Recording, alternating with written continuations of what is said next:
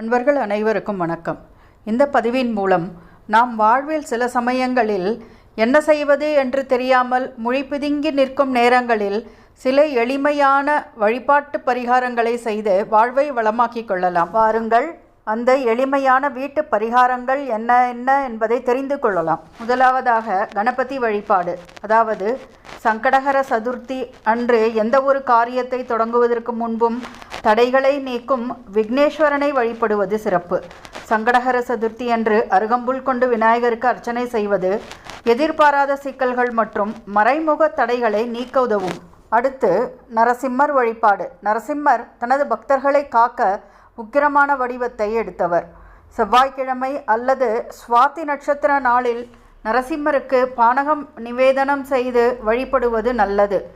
எப்பேற்பட்ட சாபத்தையும் நீக்க வல்லது இந்த நரசிம்மர் வழிபாடு. மற்றும் எதிரிகளின் மறைமுக தொல்லைகளை உடைத்து நமக்கு வெற்றியை தரும், மனதிற்கு தைரியத்தை தரும் என்பது பக்தர்களின் அனுபவபூர்வமான நம்பிக்கையாக உள்ளது.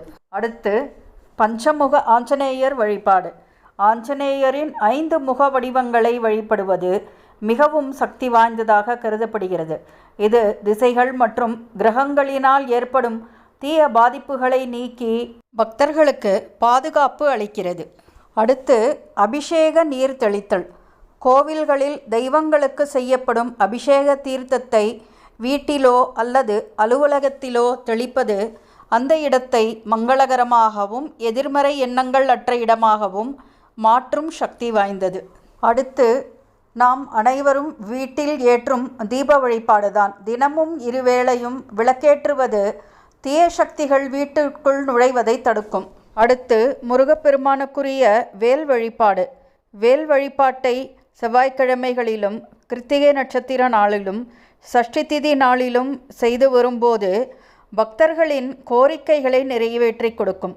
குறிப்பாக குழந்தையின்மை பிரச்சனைக்கு மிகப்பெரிய தீர்வாய் இருக்கும். அடுத்து ராகுகால துர்க்கை வழிபாடு. குறிப்பாக இது பெண்களுக்கு மிகவும் சக்தி வாய்ந்த பரிகார வழிபாடாகும். ராகு காலத்தில் துர்க்கை அம்மனுக்கு வீட்டிலோ ஆலயத்திலோ நெய் தீபம் ஏற்றி வழிபடுவது அவர்களுக்கு மிகப்பெரிய பாதுகாப்பு சக்தியாக விளங்கும். சகல தோஷ நிவாரணியாக செயல்படும். குறிப்பாக மாங்கல்ய தோஷத்தை நீக்கி பெண்களுக்கு மாங்கல்ய பாக்கியம் அளிக்கும். அடுத்து சுதர்சன மந்திரம். சுதர்சன சக்கரம் என்பது மகாவிஷ்ணுவின் ஆயுதம். இது தீமைகளை அழிக்கும் வல்லமை கொண்டது.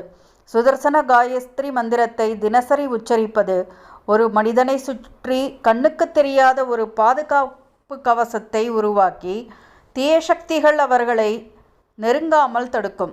அடுத்து பைரவர் வழிபாடு. பைரவர் காலத்தின் கடவுளாகவும் ஆபத்துகளை நீக்குபவராகவும் கருதப்படுகிறார்.